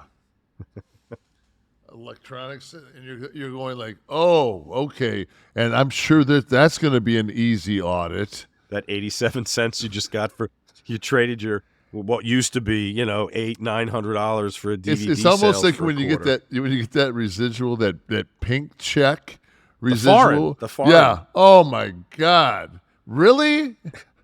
In all of Italy, I made 90 cents. Italy, Germany, Sweden, Switzerland, like and it's the like- entire check. They bundle all the countries in Europe, and it's like $298. Yeah, it's unbelievable. It's just like fucking go buy a bottle of Opus. You're done. But did you ever have to strike in any of the unions that you were in? Walk the picket line. You struck for SAG in 2007. You couldn't take work, but did you have to walk the line? The only they took a place I was working at, which was American Sunroof Corporation, which was a Teamster run shop, and they came in and broke the union, and took the shop non-union while I was working in quality. Mm. And that was pretty much it for me. Did it stay that way? It went non-union. Yeah, I was gone. Yeah. Yeah. I walked the line once for 2 days. It was kind of fun. I wasn't gonna like. They'd have these meetings, man, and I'd be telling the shop foreman what people were flipping and everything else. Like I was like the fucking mole. You had all the info. You had all the Yeah, because they thought I was fucking on their team and I was with the union. Because right. if anybody was going to take a fucking Molotov cocktail on the side of their car, it wasn't going to be me. So the writer's strike will affect certain networks more than others. So if we take a second and we can look at which, let me drop this in here so that we can get this on the screen for everyone. We'll see which of the streamers and which networks would be impacted by this. Now, we're gauging this. Let's go down to A&E being the first one. We're gauging this by how much scripted and unscripted content is on the network. Now, that doesn't mean... All right, we got to make sure we for the people that are listening... yeah, I'm going to go through it all. Yeah. A&E appears that there's going to be very low impact because it's almost entirely focused on unscripted programming, and we'll be able to skirt any impact from the walkout. I think 2 cable shows are 2 shows on the A&E network, cable network, are scripted, and 86 are unscripted. So it seems they will dodge that bullet. If you're enjoying your WWE Sunday nights, they're there. But I can't believe... I don't want to drill too far down at this, but nobody on the writing staff at A&E that's writing WWE biography or none of those people are in a union? I don't know. I guess not. Scripted. There's a script that's read. Well, yeah, it's not fiction. But who reads it? Half the time it's cutaways to us, and I mean, your VO guys have to read something. It's got to be written by someone, or maybe producers. Yeah, but writers. You don't have to be a union person to work on it. So okay, so that's maybe it then. Okay, so they're able to, even if they had union people writing the documentary copy. Okay, Amazon, medium impact there. You see, Kev, it looks like that there's 6 scripted and 6 unscripted cable.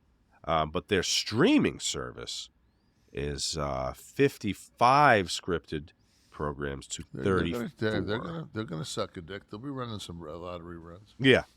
Yeah, with 55 scripted programs. Yeah, so let's go to HBO. Let's go to somebody that's. Let's go to one more. Let's see what we get. Apple looks like they're in trouble. High 39 scripted programs to 12 unscripted.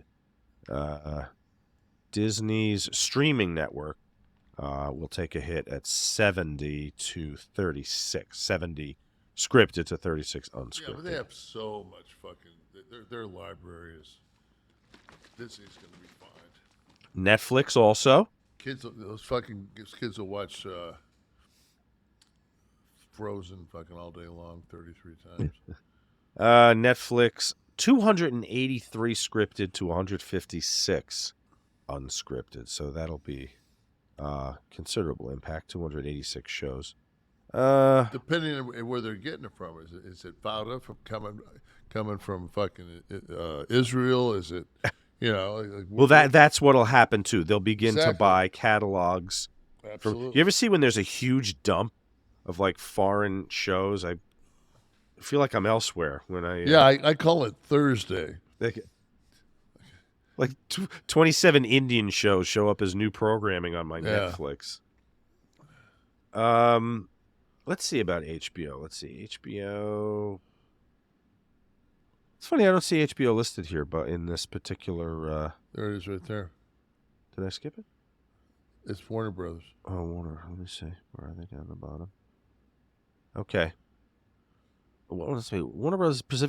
is perfectly placed to ride out a content shutdown. Scripted output from cable networks accounts for just 7% of total content, and half of that is from HBO. And but a lot of if you read up there, it excludes kid content. Okay, got to say that fucking Yeah, but they're getting from HBO. What about HBO proper, like the HBO Max app?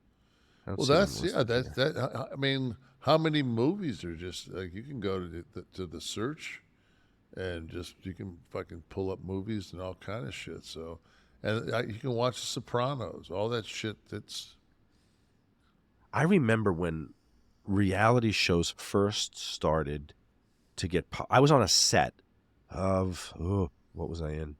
The second Shyamalan thing I did. wasn't Real World like one of the first reality shows? Real World on MTV. So that was Right. kind of a kooky contract anyway. It was reality and it was MTV. So I mean, whatever. There was a lot of weird shit on there. Oh yeah, Unbreakable, of course. So I'm on the set of Unbreakable, and Survivor's getting popular, and I start to hear the chatter about what an anomaly it is. Like, doesn't that suck? Like no, do people actually watch that? And the concern, clearly, from the folks that I was listening to, was that you didn't have to use SAG actors. I guess I don't know what the WGA's take on it was, but particularly SAG, I guess, was the concern that because this was a documentary, I don't even know if the term reality programming had been coined yet at that point, because that was the first network reality show, which was like a game show. They were treating it like Wheel of Fortune. They were contestants. And then after that, you started to see all the knockoffs, Temptation Island and all these things. And then it began to swell, and then it became an issue for SAG. Then I started to remember in SAG discussions hearing about the proliferation of reality programming. Do you watch any reality programming? I am very fond of the First 48, which is an A&E show, which shows That's like the murder one. the first 48 hours of a murder investigation. And I do enjoy the live Friday and Saturday night video from Daytona Beach. OP Live on Patrol Live. My buddy Joey Biggs he's huge on that. I sent you a picture this weekend. They're like, all right, we're down in Daytona where it's Jeep Week. I'm like, what the fuck? Every week there's some bullshit that lets people walk around the streets loaded. Every fucking week, and pretty soon they'll all have guns. I can't wait. July, right? It'll be July booze 1st. and rifles and handguns. It's going to look like the Revolutionary War when they go to Daytona Beach. Fucking International Speedway is going to be like I told my wife, I said flat out, I said, when I'm going for stem cells on Sunday. I leave this coming up Sunday and go down to Medellin, Colombia, to BioAccelerator. And that's why I was in the MRI tube. And this is so insane. So it's like anything else, man. Like when you're on the road, the last thing you want to do, I don't give a fuck if it's, the pot of gold at the end of the rainbow. I'm so fucking tired that I don't even want to fucking walk a step on the rainbow. And I know that this fucking I know that the stem cells is the only thing, and especially this group. I went down and they did my neck, they did my cervicals, and they put like 10 million stem cells in each one of my cervicals. And the next day it was just like, it felt like somebody hit just like, in the cartoons when a fucking mallet hits a guy and his fucking head goes, It felt like fucking like I was the stretch one, like my neck, my hands weren't asleep for fucking like 18, 19 months when I'd wake up. It was, and cognitive, it was unbelievable. And I'm just like, ugh. So I'm sitting on my last leg, and I'm going into Manchester. I'm in Amsterdam, and I see this blonde hair girl walk on. And I recognize her, and she says, "Hi, Kevin." And I'm like, God, I know her. And then right behind her walks Matt Hughes. That was the UFC star that got in that horrific accident. He was in a pickup truck. And the car accident, and a train hit him. Yeah. A train hit him. And when I met him, he could barely fucking move. And he walked on the plane. And I'm saying to myself, like, bioaccelerator changed that man's life. He still has traumatic brain damage. You know, that will never, you know, he'll always, like she said, he's like a stubborn kid sometimes. Like, you know, like, Matt, you need to wash your hands before we go eat. I'm not going to wash my hands. Matt, you need to wash, you know, he's still, you know, it's done damage. It's not going to, but at the same time, like he's not a vegetable, and he was. And I'm just like, dude, like if you were looking for a sign of, you know, what your fucking play is, like, you know, go down to Bioaccelerator because you know they're going to change your life. So okay, well, there it is. So we'll be. I will. It's part of my deal is to be privileged enough to get this treatment on the house. Is I've got to give them social media access and do some things for them. And my whole thing is this, you know, you can push me to put out whatever you want, but you can't push what fucking comes out of my mouth. Mm-hmm. So push it in their face like Warrior. Or, you know, I said, stop it. Stick it out there. Fuck. Barely walk the next day. No, but I said, you know, like, I'll be completely honest, but the last time was like night and day. And let's see cognitively when I come back. I haven't had the stuttering problem since I started using the cannabis. Am I right? It's going to go one way or the other. You're either going to, this show's either going to take off to the stratosphere, or I'm going to be. No, I'm good. No, Stephen Hawking. I'm going to be fucking. How many are you getting? Last time I think I went down there, I got 450 million stem cells. Right. This time I'm getting an extra 50 in the head of my cat. With that and a little Blue Chew, you're going to be in Blue Chew. Right. You'll be in the Guinness Book of Records. It looked like that fucking Musk rocket that exploded. So I should say the latest. The latest SpaceX disaster. Somebody no was people talking. on board. Somebody was talking shit about Musk in the gym the other day, and then in their next sentence they were talking about, what do you think Bitcoin's going to do? I said you fucking sit here and dog Elon Musk.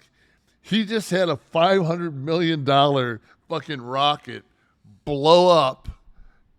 And like, he don't give a fuck, you know, like, you do get that, right? That he just, you know, probably lost all in total $1 billion, and it's just like,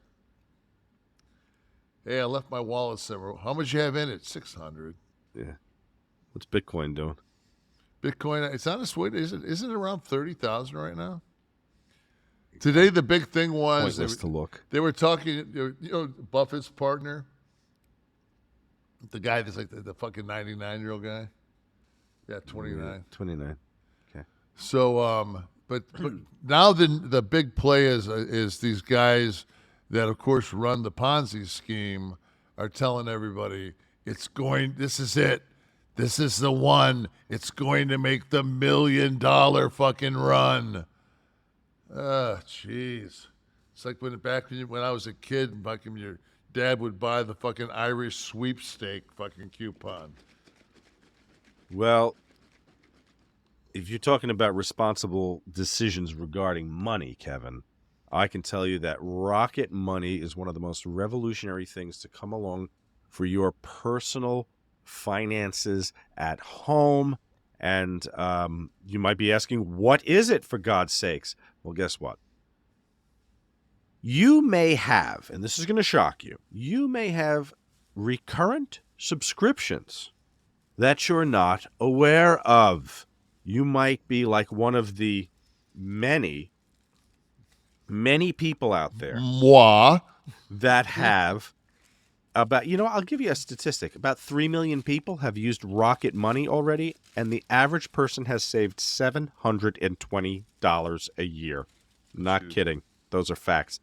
80% of people in general have subscriptions that they forgot about, and chances are you're one of them, because I said 80%, baby. You could have a Stars app you downloaded once to just catch one show and forgot to cancel.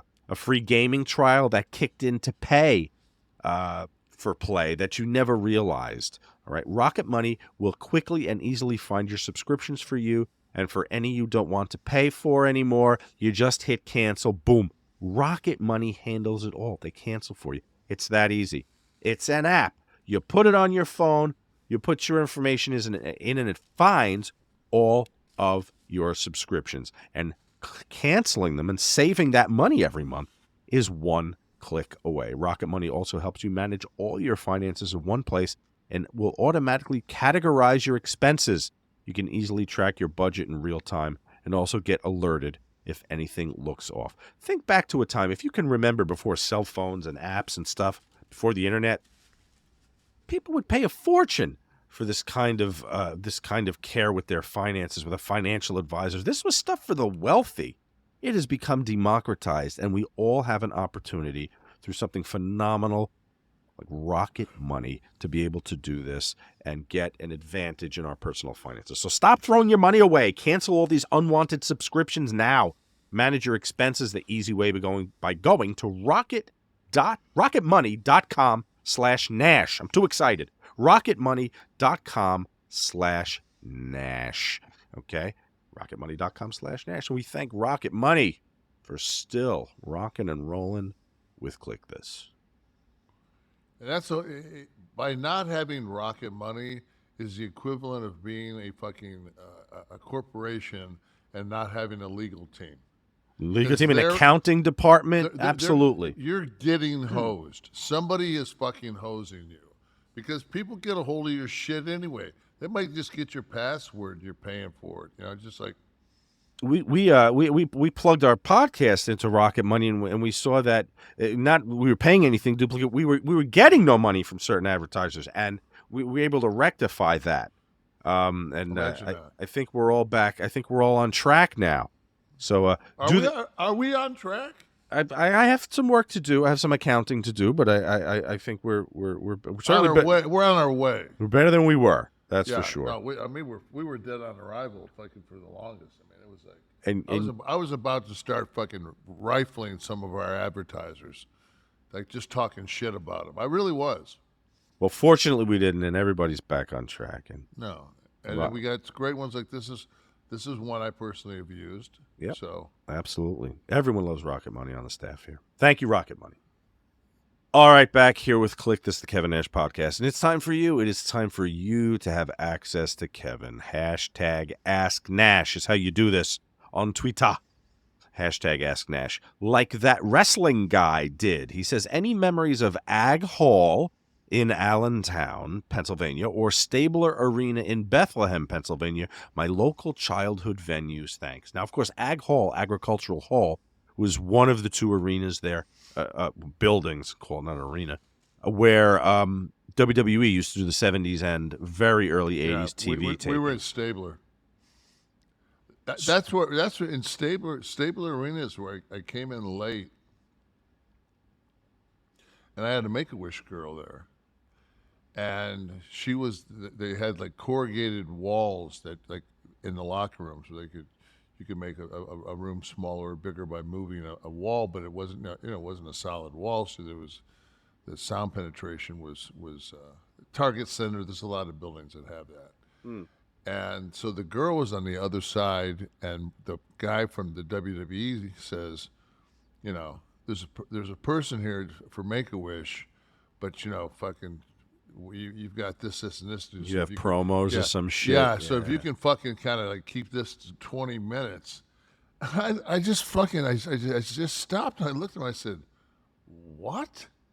I said, "So this is a person's Make-A-Wish. So their wish is to come see me. Is to come see and spend time with Kevin Nash." I said, and you have the fucking balls to tell me that we can wrap this, like, this is beyond an honor. Mm-hmm. And it's like, I'll stay till the fucking show's over. I won't even do the goddamn show. And for this and this girl heard it. Mm. She heard the whole thing, and they didn't say a word to me. And then when she passed, her mother told me the story.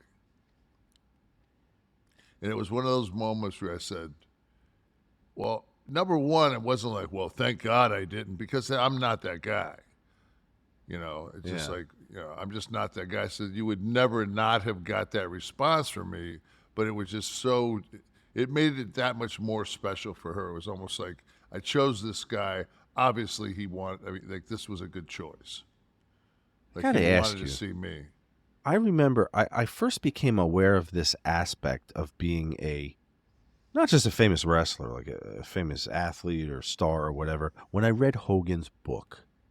And he went on to talk about, he said, people always talk about the road schedule, working the cards. He said, the stuff I had to do before matches, whether it's television station appearances, radio appearances, car shows, like all this stuff.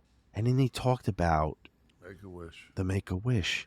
I never thought, and just the mental state. You have to sit with someone who you could see their days are numbered. What? And then go out there And exactly. and fucking be the man. And Cena fucking set the world record for fucking Yes, he did. Make-A-Wishes. Yeah. And that motherfucker came out spot on I'm talking, he would do 2 and 3 at a TV. Mm. He would do it, and he was so good at it and such a fucking kind person that he would always make sure that there would never be, like, one of them wouldn't see that he was spending time with, you know, he always made each one specifically compartmentalized, special, you know. They and each he got might- their own dedicated time Yes, with him. Absolutely. Yeah. It wasn't that, oh, let's lump the 3 of them in together, you know. And I just, those are the things, man, that, like, that's when you're in that spot, I'm sure Roman's in that spot now, Yeah. and, you know, when you're in that spot, and even if it's just a year, it's fucking, man, it takes its toll on you. So gratifying in so many ways, but torture in other ways. Because, like you said, a lot of the parents will keep in touch, and you know you're going to get that email or that phone call. Yeah, and then we did a thing that was oh God, I can't remember it's in my it was like a Make-A-Wish for adults, and there was a lady in St. Louis named Erin, and she was, you know, she was an older lady. I mean, it wasn't my age or anything, but she was probably like maybe mid-40s, or maybe the late 30s, whatever. But she wanted, and she was really, really bad. And I was working like independents at the time. I wasn't even working with one of the federations. And somebody reached out to me. I think it's called Stella's Wish, maybe. Somebody reached out to me and they said, you know, would you come see this lady? So I was just like, just on my own dime. Not that but it wasn't a question. It was just, you know, where's the closest fly in St. Louis? And I believe her son or somebody in the family came and got me, and we went to the hospital, and she was just so gray and so drawn. And when I walked in the room, nobody smartened her up that I was coming, and just to see, by the time I left, you know, as I was up on the bed with her, and she was like against my shoulder. And like people had taken some pictures, and like the picture of her when I got there and the picture of her when I left was like looked like somebody had spray tanned her. And she actually got out. She got out of the hospital. Oh wow! Like she made a little kick out, and then of course she didn't make it. But you know, but it was one of those things where it just you know, people say, You know, what's your favorite match of all time? That's my favorite. That's the shit that that fucking Makes it all worth it. yeah. Excellent. Dewey asks, why has Sid Eadie not been inducted into the Hall of Fame? How was working with him? Scott was my favorite. You, then Sid. I'm from the same town as Sid and grew up with his son, so don't tell them. Love the show. Me and my dad watched every Monday, Single Father Life. LOL. Sid. Absolutely deserves to be in. What's But, the holdup? Well, he's waiting on that hot softball Hall of Fame nod. Who goes in first, Bill Eadie or Sid Eadie?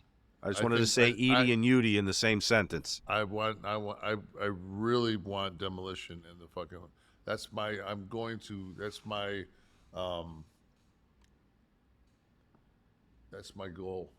for next WrestleMania.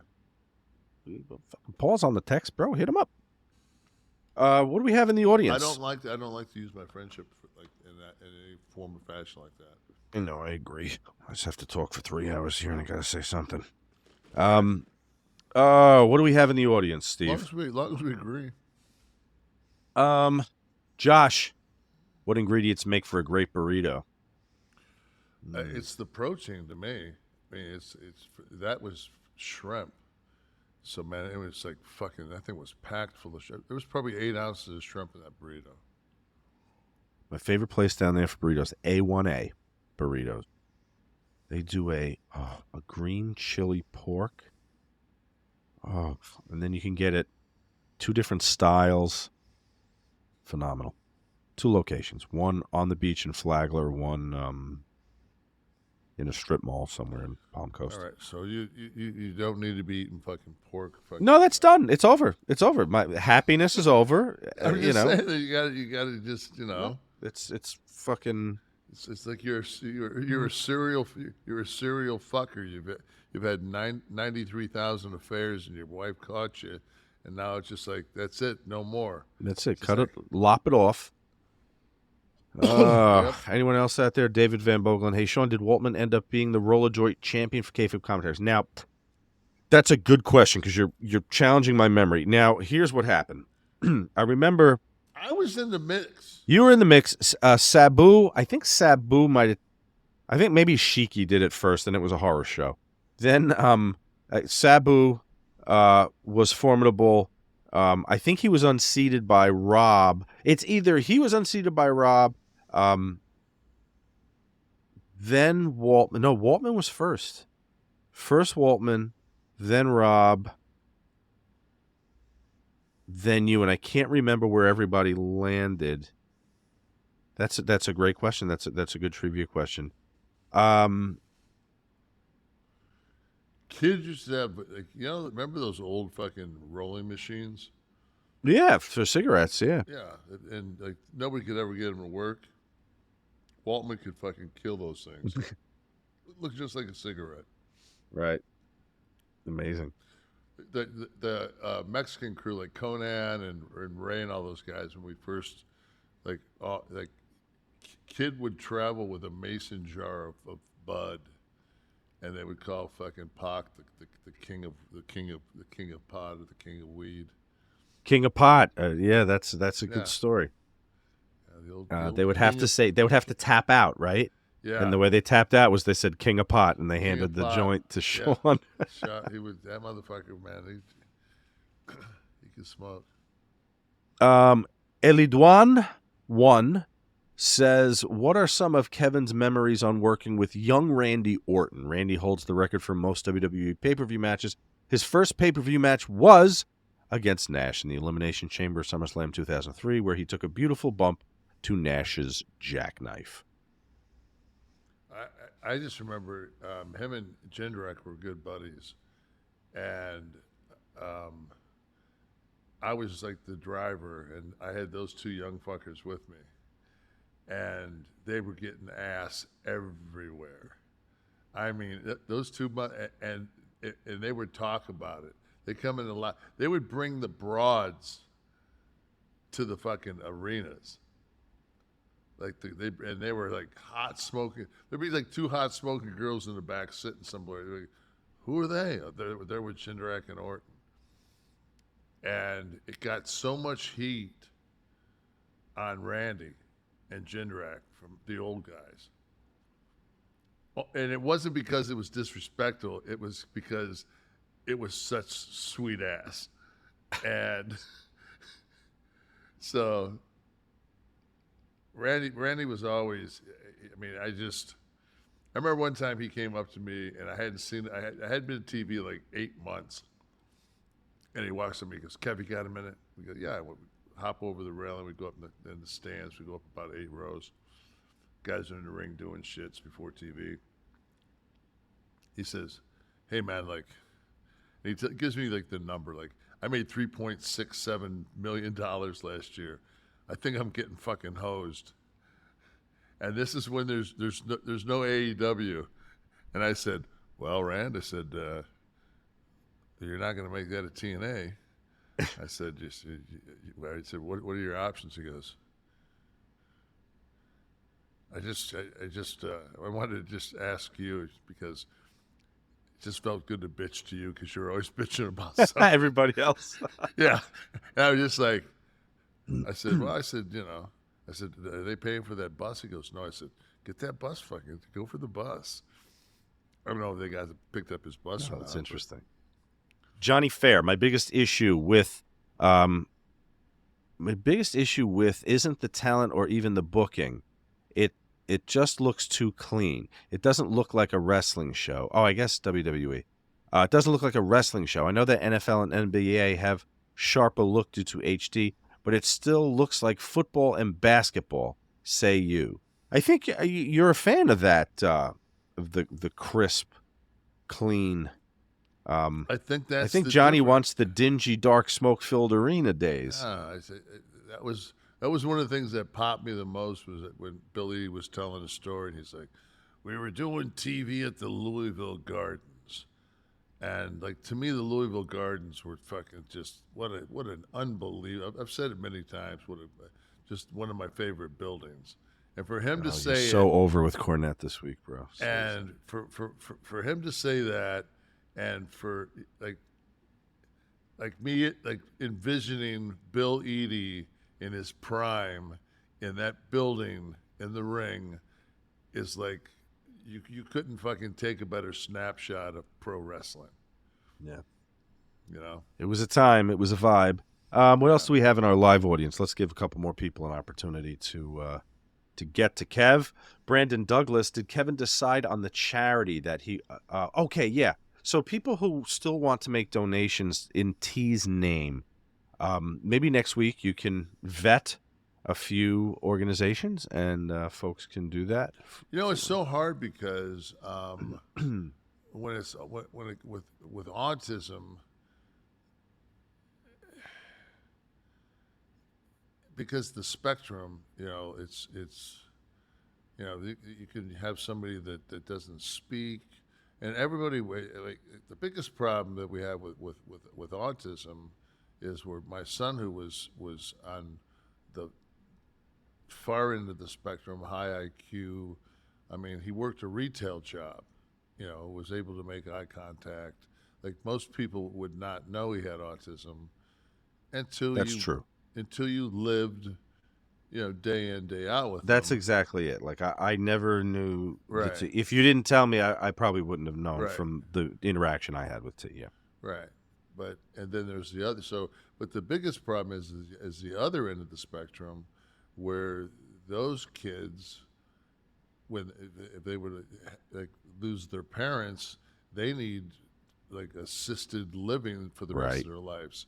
So that's the thing I'm trying to find right now is to, number one, just autism awareness, because people are, you know, it's just something that's new as far as something that affects so many of our children. I think it's 1 out of 5 males in the last, you know, generation have been affected in some form or fashion by autism. And I think there needs to be some research done of why there's this increase in autism. You know, I mean, there was something the other day I saw on fluoride in water, and you know how long they've been fluoriding, putting fluoride in water, Right. and the cause and effect of what that was doing to people, and so I'm still doing some research. So hang in there, and you know, it's got to be the right thing, and it's you know. My wife and I have had a couple of different times in our lives where we've done charity things, and you've got people on this planet, and I don't have to fucking tell you this, but you know, they believe that if you raise $1 million, as long as you give 10% to the actual charity, that's completely legitimate for them to take the other 90%. And I've had people fucking take crews of 20 that ran a charity to fucking a Ruth Chris on the charity's paycheck. I had a guy buy a minivan because he did make some car pickups, airport pickups for the charity, and he bought himself a Dodge Caravan, and I told that motherfucker if he didn't turn the van back in, I was going to come over and kill him with a fucking claw hammer. I was dead serious too. I was going to kill that motherfucker. Wow. But then again, that's not how white guys do it. Is 10% the number? Yeah, 10%. That's horrifying. Not even half. Not even close to half. Have you ever seen fucking people that they look at you? I had a person one time on a plane look at me and go, "Yeah, I'm working right now on starting a nonprofit." Well, a nonprofit, right? My wife owns a nonprofit, but she doesn't do it for know. the sake of getting a paycheck. No, she does it to give inner city youth a chance to I'm talking about perform. Exactly. These are people that run a nonprofit. Like, hey man, I'm thinking about getting a franchise. Should I get McDonald's or? Right. It's like, man, you motherfucking cold-blooded. It's like, I don't have a problem scamming somebody that's a fucking douchebag, but fuck, man, taking from somebody that's got a disability or, because to me, being a dumb motherfucker, and I'm not talking about low IQ, I'm just talking about dumb, like just stupid, unstreet smart, dumb motherfucker. Like the dude right now that when we put up 29,000 is actually salivating and thinking about fucking, he needs to get in Bitcoin before it goes to 40. That motherfucker. Right. I don't have a problem with him getting fucking shilled. So we'll let you guys know. You'll be the first to know on this show when Yes. we have when they have something set up for tea. Jennifer Vargo, who was your all-time favorite person to work with other than, of course, Scott Hall? And was there anyone you wanted to have a match with but didn't get to for whatever reason? So first as a partner, and then, I guess as an opponent too. Work with could mean. I love to work with Bret. I've said it a million times. Bret was one of my favorites. I mean, every time we touched was magic. Mm-hmm. And he always calls himself the excellence of execution, the best there is. But the thing is, like when you went out there with him, he didn't expect anything less. I mean, and you had to give it. Let me throw some names at you of people that I, as a layperson, as an outsider, as someone who's never taken a bump in a ring, think that it would be great to work with as an opponent. Okay, but Bret would have been one I would have put on the list. Kurt Hennig. Yep. If he didn't feel like dicking around all night, then it was just a fucking shit show. Oh, like doing all the bullshit, all the ha-ha shit? No, just he'd fuck around. He'd, send you off and say, call something on the run that wasn't even a fucking real move. What? That's pretty awesome. This would have been too early for you, but that was one of Owen's too. Owen would fucking punch you in the stomach and send you off and go flying backbreaker. Flying back. T-shirt guys, flying backbreaker. Take notes. Before your ring time anyway, but Adrian Adonis, I bet would bump like crazy for you. I bet. Yeah. Let's see. Trying to grab your generation. Bill Eadie. Bill. We've Billy, been putting him I over wouldn't all- have wanted to been on the receiving end of one of those forearms to the back of my neck, to be honest with you. What about like a Brian Blair? He was a good hand.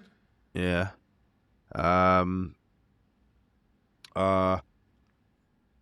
Orndorff Orndorff in his prime. I got a chance to work a little bit with Paul here and there when he came back at WCW.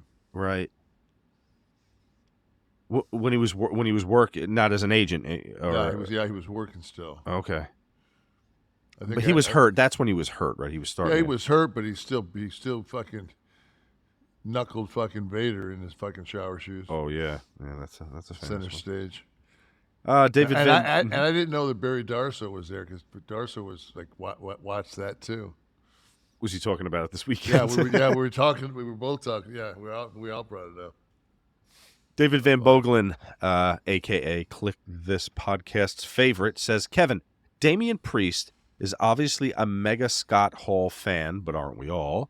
What did Scott think of Priest wearing his blood drip gear and using Scott's finish, and did Scott ever work with Priest and give him pointers? Priest also had a gimmick outfit at NXT that looked just like Diesel's with the tassels and the vest and the long leather pants. Excellent. Yeah, he was an Outsiders fan. I'm not just tooting my horn. Yeah. But he just, nobody had used Scott's finish in so long. Everybody uses a power bomb now as a fucking high spot. So, no, I mean, Scott always thought that Damien was money. That's awesome. We both took it as a fucking huge compliment that we in any form or fashion influenced anything that he did. Good to hear.